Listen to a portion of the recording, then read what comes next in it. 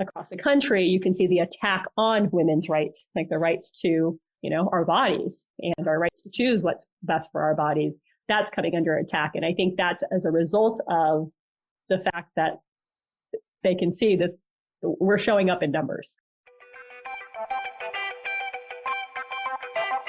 You're listening to the No Labels, No Limits podcast with best-selling author Sarah Box. We focus on the mantra, no labels, no limits, no excuses. And now, without further ado, please welcome your commanding coach with plenty of chutzpah and heart, Sarah Box. Hey there, No Labels, No Limits podcast listeners, and welcome back to another week of great conversation with a new guest. And I'm Sarah Box, your host of this podcast, which, if you've been listening, you know that by now. But at this podcast, we're on a mission to help individuals, teams, and organizations, nonprofits in particular, to think outside the box, move beyond limiting beliefs, and create profound impact in the lives of others. And we do this, as you know, by sharing accomplished and inspiring guests, men and women, people who've challenged their own labels and beliefs or have gone through what I would say, gone through the fire and emerged on the other side of it, burnished and stronger or more wise, so we can all learn from that. And that's what we look for in our guests and love to bring to you. And so today we are honest. We are honest. We are honest. We are honored to have Alreen Haeggquist with us on the show. Now, she is a distinguished lawyer. She is passionate about advocating for women, and specifically women who have suffered sexual abuse, harassment, or discrimination. And she has more than 2 decades of legal experience and personal history that fuels her fight for justice. Alreen is not just a lawyer, if you can say that. I mean, just what it takes to become a lawyer. She's more than a lawyer. She's a beacon of hope for many. And she is the author of Fired Up, Fueling Triumph from Trauma, which has been described as a really powerful narrative that shares her own journey and the lessons learned from overcoming personal and professional challenges. So you can see the fit for Alreen with the show right there. And today I'm going to talk to her a bit about her personal motivations for legal advocacy, her writing process, her own emotional journey, the challenges in high-profile legal cases, and then advice for overcoming hardships. We may not touch on all of them. As you know, sometimes something comes up and we follow it where it takes us. So, Alreen, with that, let me formally welcome you to the No Labels, No Limits podcast show. Oh, thank you so much for having me on. And I do have to correct you with my name. So my name is Alreen. It's Alreen, not Arlene. Alreen, okay. Alreen. Okay, listeners, here's the funny part. I had her correct me on how to pronounce her last name before we went live. Did I think about her first name? No. So, hey, that just shows we're all human. Yes. So, Alreen, cool. Thank you for correcting me on that, because I really do prefer calling people by the name they prefer to be called. Yeah. So, but let's just start a little bit at the beginning. So you set out to become a lawyer. And why? Like when you were leaving school and you were going through college and all that, did you always know you wanted to be a lawyer? Yeah, so I've known I wanted to be a lawyer since I was a young kid. That was kind of what kept me motivated to keep going. And where did that come from? I had a really, I guess, troubled childhood in the sense it was very abusive and not really healthy. And the spiritual leader of the religion we were part of was a lawyer. And I didn't have any other mentors. I didn't have anybody else to look up to. And I was like, oh, well, he's a lawyer. That's a good thing to be. And so as a kid, I didn't really understand what it meant to be a lawyer. I didn't quite grasp it. And as I got older, I used to think it was just about arguing. And when I was growing up, my mom, she was silent. She didn't say anything about what was going on at home. And so I was like, okay, well, I'm going to be a lawyer because I can use the law to voice injustice. And as I got to college, I continued to learn more about what that meant. And then, of course, I got to law school, and then I really honed in on what I was passionate about, which is advocating and being a voice for those that have been abused and victimized by those who think they have power over them. So who typically seeks you out? Like, are it, so I'm not even saying your first name right. Is it people within the workplace who come to you, or are they one-offs like, might I just show up at your office and say, this is what's going on? Who typically seeks you out?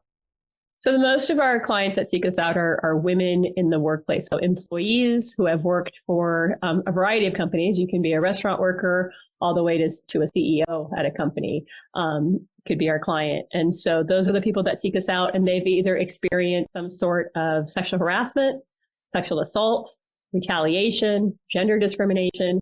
And those are the majority of our clients. Another group of our clients are those that have been sexually assaulted by an institution or a provider. So you go to your doctor's office and your doctor, inappropriately touches you as part of the examination. Those are some of our other clients. So you said this, you kind of wanted to give people a voice from your mom being silent. Yeah. What did your mom think about you becoming a lawyer? So my mom still has really no understanding of what I do on a daily basis, right? Like she had an arranged marriage when she was 17 years old. She had 10 kids and she barely speaks English now. And so she was really proud of me being a lawyer, but she has really no idea what that means, who I help, what I go up against. She just likes the title that her daughter's a lawyer. That's it. Hey, that's something to be proud about. You don't understand it. That's pretty cool. All right. So let me ask, let's go on a little different thing. So I want to kind of separate that out and then how that led to you writing, all of that. So let's talk about a couple of your high profile entities that you've taken on and what that's been like, for whatever you can share. But I'm really interested in like what the journey is like for the person going through that, because it's by the time someone comes to you, they're already not in a good space. How you work with them and how maybe going through the process changed them. Yeah, no, for sure. So I would say most of our clients, right, when they come to us, they are afraid of the consequences of what's going to happen if they come forward.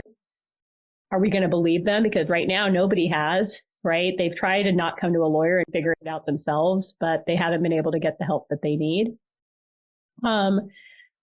They don't know if it's going to affect like their job. Are they going to get fired? Or if they've already been fired, are they going to find another job if they come forward with a lawsuit? What happens if they lose? What are the consequences? Are they going to sue her? So like they come in very scared, unknowing of their rights and not knowing what the path looks like. So when you step into our office, it's really important for us to not only listen to you and to tell you we hear you and we believe you, but then also to share with you what your rights are, right? To provide you with the power and the knowledge of what the law provides. And what they've been experiencing is wrong, even though somebody's been telling them that it's not a big deal, there's nothing wrong with it, they're over exaggerating, they're being dramatic, the guy didn't do anything wrong.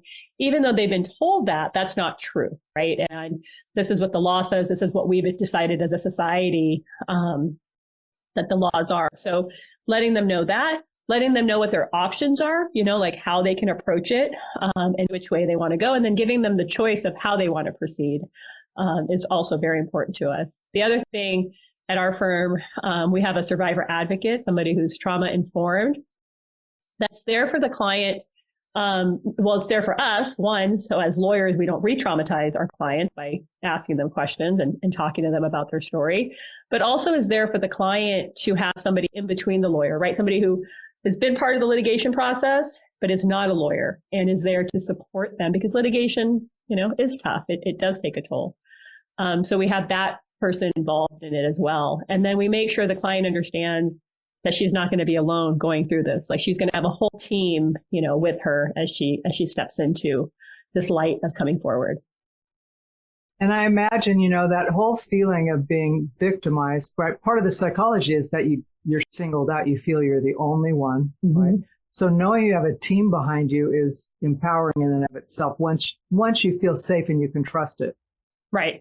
So your advocate functions much like a victim advocate on the court side would, for folks who might be more familiar with that model. Exactly. So there's victim advocates in the criminal side, in criminal investigations. So our victim advocate, we do civil work. And so she is at our law firm playing that same role, but for us. Now, Alreen, is that common in law firms? I didn't think so, because I'm thinking, that seems special. It is special. Yeah, that is definitely something that we have that other law firms don't, but we are a big proponent that we believe all law firms should have it, right? We're not the only ones that deal with clients that have been traumatized. Other law firms should also have a survivor advocate, victim advocate for the same reason, so that your clients have a place and a person to go through as they go through the litigation process. Well, and that advocate is knowledgeable about the system and can help people understand what to expect, right? And exactly. Because we make up stories in our head about how terrible something is, and the advocate can say, well, I get that, but here's really what's going to happen. Right. And you might be able to expect this, and we're all here for you. That is, just in having that is so great. Yes, I agree. I imagine it encourages people who might otherwise back out or go, I can't do this, right? Yeah. I mean, I think it also just helps, like, that she's not a lawyer, right? There's still something there with people come to a lawyer. There is like a barrier there to break through. And so I think she really provides that. It's like, I'm not a lawyer. I'm just somebody who's gone through this before. And I understand it's complicated. Lawyers throw out different words. The court's throwing out different words. And I'm just here to explain what I'm here for you. Yeah, I know. I think of those people. I mean, not just her, but that role is like someone who can navigate for you when you feel kind of lost. And, I love when they have that in medical offices, or if they have a high level nurse who spends time, because it's like everything starts getting clear. You've been heard. So. Yeah, I just recently had my own experience with that. My husband and I just took over guardianship over a 7-year-old, and he has some special needs in school. And so we had to hire an advocate for special ed. One, I didn't know a special ed advocate existed. Two, I thought, well, I'm a lawyer. I should understand all this. But the terms were so foreign and just, it felt like Chinese. And so for the first time, that was my first time understanding how my clients feel when they come into my office. And I'm talking like it's nothing. But for them, it's just like, whoa, like there's so many terms. You're saying so much to me.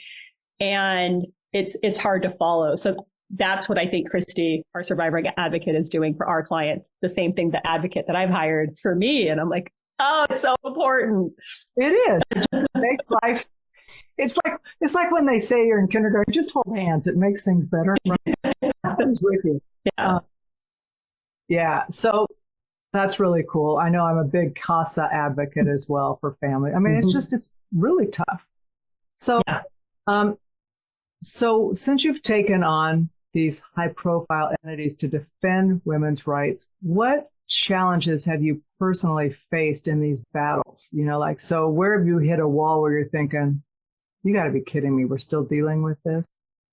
Yeah, I mean, I think it's also helped me with my personal growth as I do these cases. And, I've definitely told clients that, thank you, because this has helped me grow into being a better person. And what I mean by that is earlier on in my career, these men that we would be going up against, I was never afraid of them.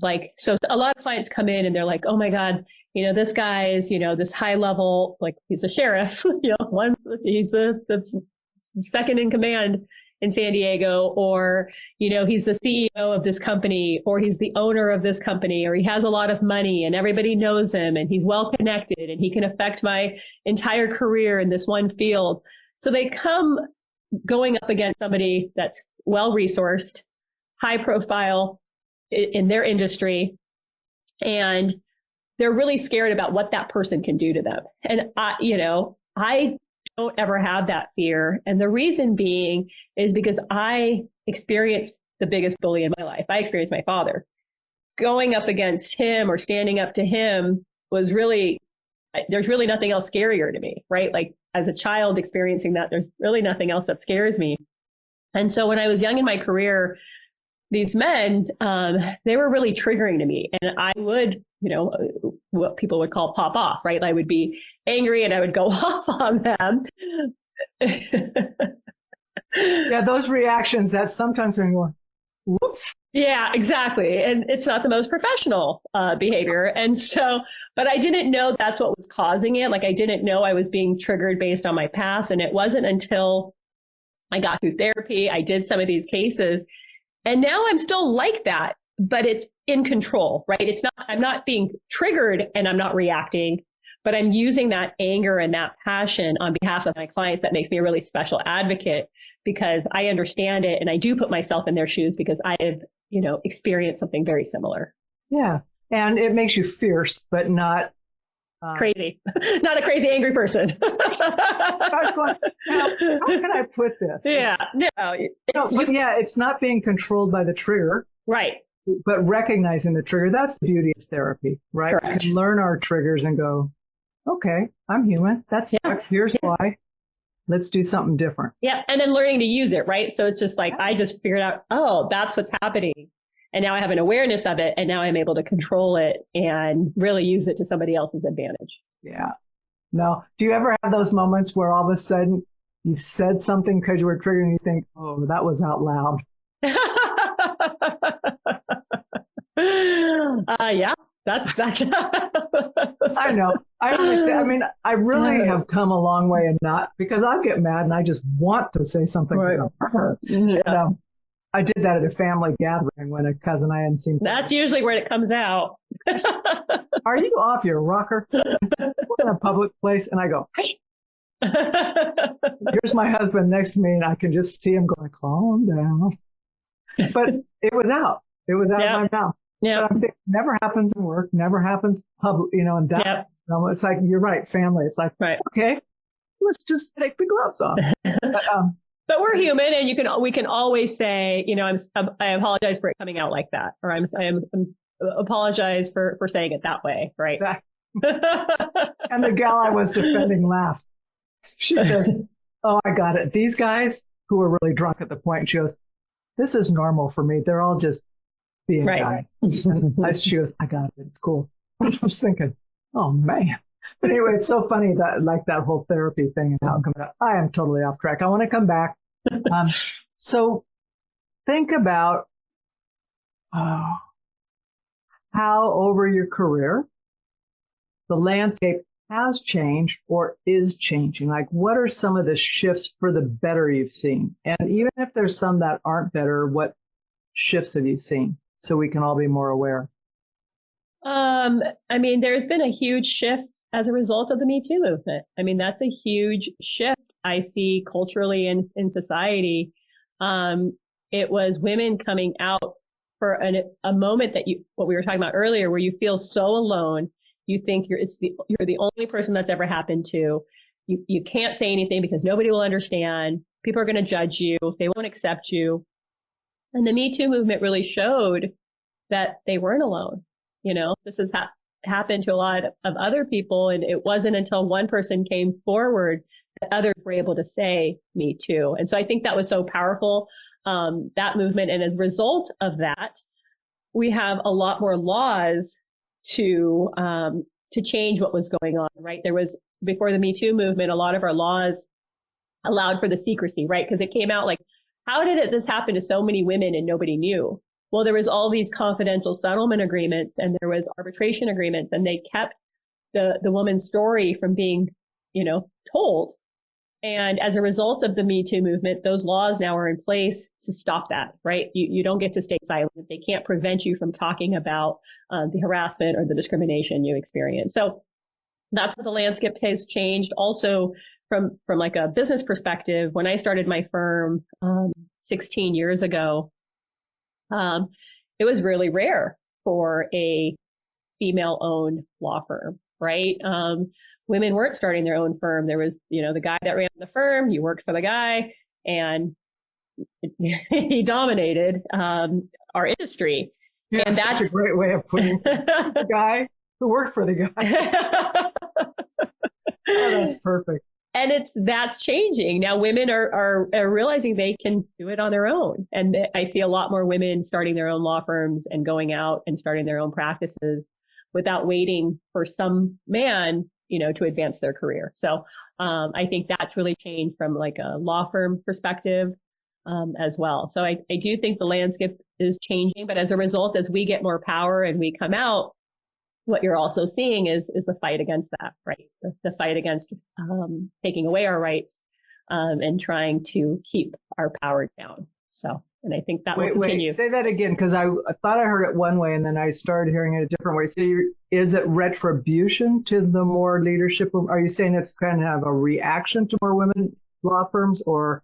And not even just law firm as a whole. I'm just saying, like, from Right. I'm talking from like my legal standpoint of what I see changing as women are becoming more powerful, or not even becoming, recognizing how powerful they are. Right, and showing up in it. But as a result of that, across the country, you can see the attack on women's rights, like the rights to, our bodies and our rights to choose what's best for our bodies. That's coming under attack. And I think that's as a result of the fact that they can see this, we're showing up in numbers. Well, as a group, we are an economic force. That's right. But when you read the research of how much, even in a home where a woman may not make the most money, typically she's directing the spending. So when I read that, and I thought, oh, that's so cool, right? Because I know it as an independent person, but I don't know like globally how it is. So yeah, I was wondering if you saw that kind of backlash, But once the cat's out of the bag, it's out of the bag. It's out of the bag. Yes, we adjust and move on. Yes. I just figure people get their knickers in a twist and then they get used to it and they go, okay, let's just move on. Yeah. Right? So I would love if you would talk about your book, Fired Up, Fueling Triumph from Trauma. And first of all, it's a really evocative title. So can you talk to us or with us a bit about your process for writing it, what your goals for writing it were? Sure. So I don't know. I didn't think through a process, just so you know, about writing it. I just started. Such a doll. I just started writing it. And my thought of when I started it was just to talk about my story as to the abuse I experienced as a child and kind of what I've done with it, right? Where it's taken me, what I've done so I'm not living in it. And when I was writing, you focus on like, who's your audience or your North Star, like who is this book for? And it was really, I thought about all the people in my family that hadn't done the work, right? Hadn't gone through this evolution of the trauma. They were still there. And how do I help them, come out of it, come out from the silence and heal themselves? So that's kind of what kept me going. And the process was exactly that, just starting off by like, what is my story? What happened to me? What did I experience? And it was the first time that I wrote it out. And I think it was very emotional because when you're telling your story, there's always something else you remember. It's not like it all just comes to you with one broad stroke. It's this, when you're writing this story, it reminds you of this other thing, and it brings back feelings, it brings back the experience, and it takes you back to where you were and you relive it. So it was emotional. I think what's amazing about it, though, as more I, wrote and edited, right? There's a lot of editing that happens. Each time you read it, it had less of an impact, right? It's like it dissipates, the pain dissipates as a result of it, which is why I'm such a big proponent of not keeping your story silent, because it will continue to eat at you until you get it out in some fashion. What prompted me to write it was, twofold. One, I feel like my clients are so brave for coming forward and telling their story, right? And they have to be cross-examined about it and told that they're lying or they're making it up.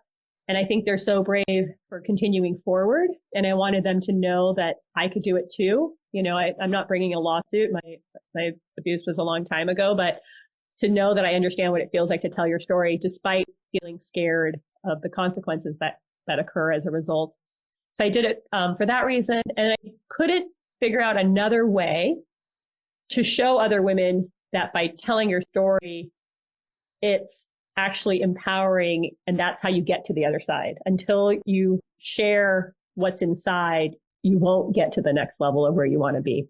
So that was the reason I wrote it, and that's kind of what propelled me to continue writing it. I'm curious, since you like your target audience, or the picture in your head was your family and the people who didn't process or hadn't yet processed, what kind of feedback or reaction did you get from them? Did they read the book? So I think I'm still in that process, right? So my book came out September 12th, and it's kind of been twofold. One group will continue to ignore it, like we have forever, right? Like it didn't happen. And I have another group who doesn't want to talk to me, right? Like who is upset for letting out the family secret and doesn't understand why I needed to share it. And then there are like the next generation, right? Like the kids of like my nieces and nephews, you know, who are so thankful because I think for the first time, they're getting perspective from their parents, right? Like how we behave, you know, we're passing on that generational trauma. Like I wanted to stop it, but at least they understand where their parents were coming from. So they're thankful for it. Yeah, and you know, sometimes our own generation is slow, but like you said, younger folks tend to be more open. It's not them, right? It's like, what do they have? They don't need to defend something. It's not them. Right. You know, yeah. So when we can be a little more open, I remember having a family conversation, like brothers, sisters. I think a couple of my cousins were there saying, remember when this happened? And I'm going, okay. They said, you were there. I go, I was. Wait, well, the way they're telling it, I'm going, I have no memory of that. But the way, how specific they were, I'm going, well, that sounds right. But the takeaway for me was, because later another cousin said, do you remember this? And I said, here's what I know about memory and families. Whatever you remember is true for you. Yeah, exactly. That was your experience, your perspective. And I really tried to be really mindful of that when I wrote my book. Like it was my story. I didn't want to tell anybody else's story. And you don't need to sugarcoat it. And I don't need to sugarcoat it, but I wasn't trying to share your experience. I was trying to share my experience. And as a result, you know, you're related to me. So that just. So you take from it what you want. Yeah. But it is, you know, sometimes it takes people a while to sit with something and they go, you know, she was right, you know, or, okay, now I'm brave enough or feel safe enough. I might want to look at that myself. So you never know how long or when something might pop for somebody else. So that I really congratulate you on writing that, because just from your recounting of how your process was, I know it wasn't a walk in the park. No, it was not. It was not a walk in the park. And they're all different parts to it, right? Like writing it, but then the next part was getting it in an actual book, right? It becomes more real, right? When you're writing it, really at that moment, it's still kind of like a journal, right? It's still just to you, not sharing it with anybody else. But then now you have it in book form. You're like, oh, the step's getting a little closer. And then the publication of it. Right now it's like, okay, it's out. It's out to everybody. But that was still exhilarating. That was still exciting. And because I think I worked through like the fears of it coming out as I wrote the book. Well, it's that whole thing. You kept taking a step forward, much like your clients, right? So scary to walk in your front door. Yep. And then they get through the process regardless of the outcome, right? If they've been treated well by you and your team, even if not, it doesn't turn out exactly the way you or they hoped, they can celebrate because they went through the process. Yeah. You know, and that changes us. It's like, okay, I'm stronger than I thought I was. Exactly. And that's the other part that I see. And that's really what makes me so happy is when I take that client who is so scared, so afraid, feels powerless, doesn't feel like they can do anything. And then at the end of the process, how empowered they are. Like they found their voice again and they know how powerful they really are. Man, I'd want you to be my lawyer. Hopefully you don't need me, which is what I always tell people. Hopefully you don't need me. But I hope I don't need you. I really do hope I don't need you. Yeah. Is that the only law you probably know? You'd be fun to work with, though. Not that having to deal with the legal system is necessarily fun. Let me back that. No, it's not. I can't say it's my job, but it's different when you're in it, right? Like there is negative energy surrounding it. Well, it's adversarial. Yeah, it's adversarial, exactly. Yeah. So by nature, it's tense. Yeah. Re-traumatizing at times. Yeah. So, but I do think this is the one thing I really like and respect about lawyers or the legal profession. So this is not a blanket statement, but I do like the rigor of thinking, and having to be, okay, why am I asking this? Why are we looking for this? Because it's very strategic. Mm-hmm. Yeah. And I know I was in a class and I asked this guy, what do you do? Oh, you probably don't want to know. I go, what? I'm a lawyer. And I go, what kind of law? And I don't care what kind of law. I respect you. I mean, you just get a bad rap. We do get a bad rap. I mean, that's funny because when people ask me, I usually say, oh, I work downtown. My husband did that. He was in law enforcement. And he said, I'm a public employee. Yeah. He goes, oh, it just saves the heartache. It does. And then people get uncomfortable. You're like, I don't know how you're going to take it. So we'll just leave it at that. I had a board member who, when he ceased being a board member, he says, I will always, if you ever need me as a lawyer, I'll be here for you. Just reach out. And I'm thinking, you are a criminal defense lawyer. You are the toughest one of the toughest in our region. I said, I love you, Scott, honestly, but I hope to never call you requesting legal assistance. Yes. Ever. Ever. Oh my, never, ever. So what do you hope, or what's next for you, your firm? Do you have hopes for your firm to shift something major, or do you have something you're going to want to keep going down this path for this reason?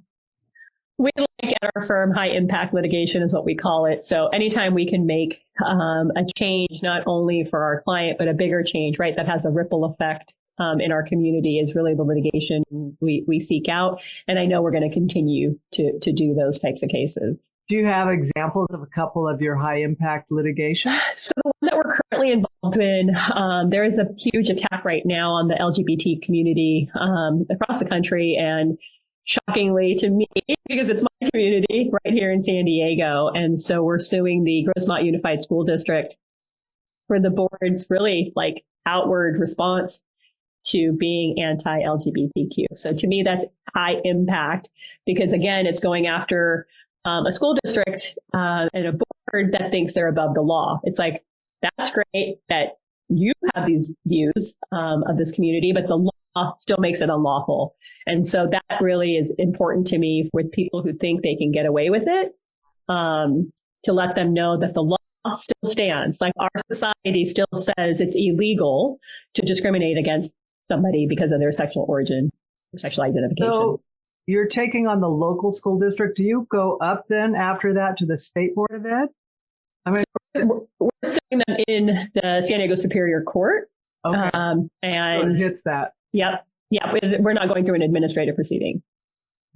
Go girls. Go girls. No, that's so interesting to me. Yeah. So where are you in that process? We're right at the initial phases. So our ways to go. We have ways to go. Exactly.